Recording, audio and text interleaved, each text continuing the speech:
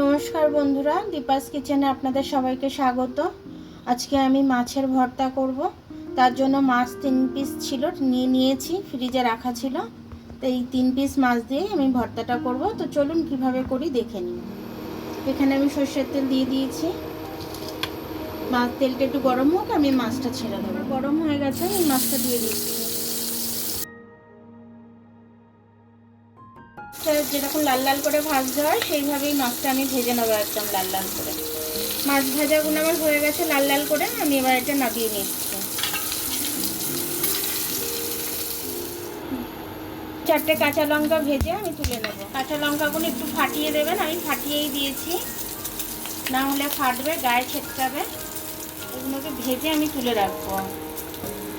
তারপরে এই রসুনগুলো আমি ভেজে নেব। রসুন ভাজাটা আমার হয়ে গেছে, আমি রসুন ভাজাটা তুলে নেব। আমার মাছের পিসগুলো 3খানা বলে ওই জন্য আমি একটু রসুন বেশি নিয়েছি। আপনাদের যদি কম থাকে কম নেবেন, আরও বেশি। পেঁয়াজগুলো আমি ভেজে নিচ্ছি, একটুখানি হলুদ দিয়ে দিচ্ছি কালারের জন্য।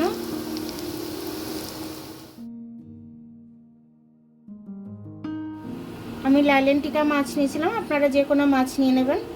লাইলেন্টিকা মাছে কাটা কম থাকে, আমি কাটাটাকে বেছে সরিয়ে নিচ্ছি। এই দু সাইডের কাটাগুলো বেছে ফেলে দিলেই ব্যাস, আর কাটা থাকে না, পেটের কাজটা একটু থাকে। এখানে একটু নুন নিয়ে নিলাম, মাছটা খুব ভালো করে ছাড়িয়ে নিয়েছি। আর এখানে একটু কাঁচা পেঁয়াজ নিয়ে নিয়েছি, নাহলে খেতে ভালো লাগবে না। রসুনটা এবার আমি ভালো করে হাতে করে করে নেব। রসুনগুলো হয়ে গেল আমার, আর লঙ্কাটা করে নিচ্ছি আমি। কাঁচা পেঁয়াজটা একটু হাতে করে রগড়ে নিলাম আমি। শুকনো লঙ্কা আমি কটা ভেজে নিচ্ছি। শুকনো লঙ্কাগুলো মধ্যিখানটা একটু ফাটিয়ে নিয়েছি, ফাটিয়ে নিয়ে এবার লাল লাল করে ভেজে নেব, যাতে লঙ্কাগুলো পুড়ে না, পুড়ে গেলে কালো হয়ে যাবে দেখতে। একটা নামিয়ে নিচ্ছি। এখানে ভাজা পেঁয়াজটা নিয়ে নিয়েছি, কাঁচা লঙ্কাটা আর এটা ডলে নিয়েছি এদিকে। এটা একটু ঠান্ডা হোক, আমি ডলে নিচ্ছি। একটু নুন নিয়ে নিলাম, ডলতে সুবিধা হবে। আমি পুরোটা মেখে নিচ্ছি একসাথে হাতে করে।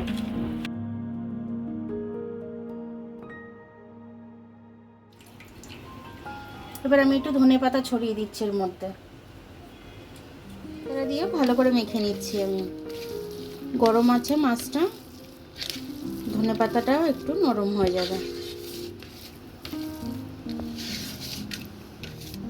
দেখুন আমার মাছ ভর্তাটা কিন্তু খুব সুন্দরভাবে হয়ে গেল। এই মাছ ভর্তাটা দিয়ে কিন্তু গরম গরম ভাত খেতে ভীষণ ভালো লাগবে, মাছের তরকারির থেকেও। যেদিন আপনাদের তরকারি করতে ভালো লাগবে না, এরকমভাবে একটু মাছ ভর্তা করে নেবেন, তাড়াহুড়ো করে করে খেয়ে নেবেন, একটু খুব ভালো লাগবে খেতে। আর আমার ভিডিওটা দেখার জন্য অনেক অনেক ধন্যবাদ। আমার ভিডিওটা যদি আপনাদের পছন্দ হয় তাহলে লাইক, সাবস্ক্রাইব, বেল আইকনটা একটু টিপে দেবেন। আর যদি ফেসবুক থেকে দেখেন, আপনারা একটু লাইক আর ফলোটা একটু করে দেবেন। আবার কাল দেখা হবে নতুন রেসিপির সাথে। ততক্ষণ আপনারা ভালো থাকবেন, আমি আসছি।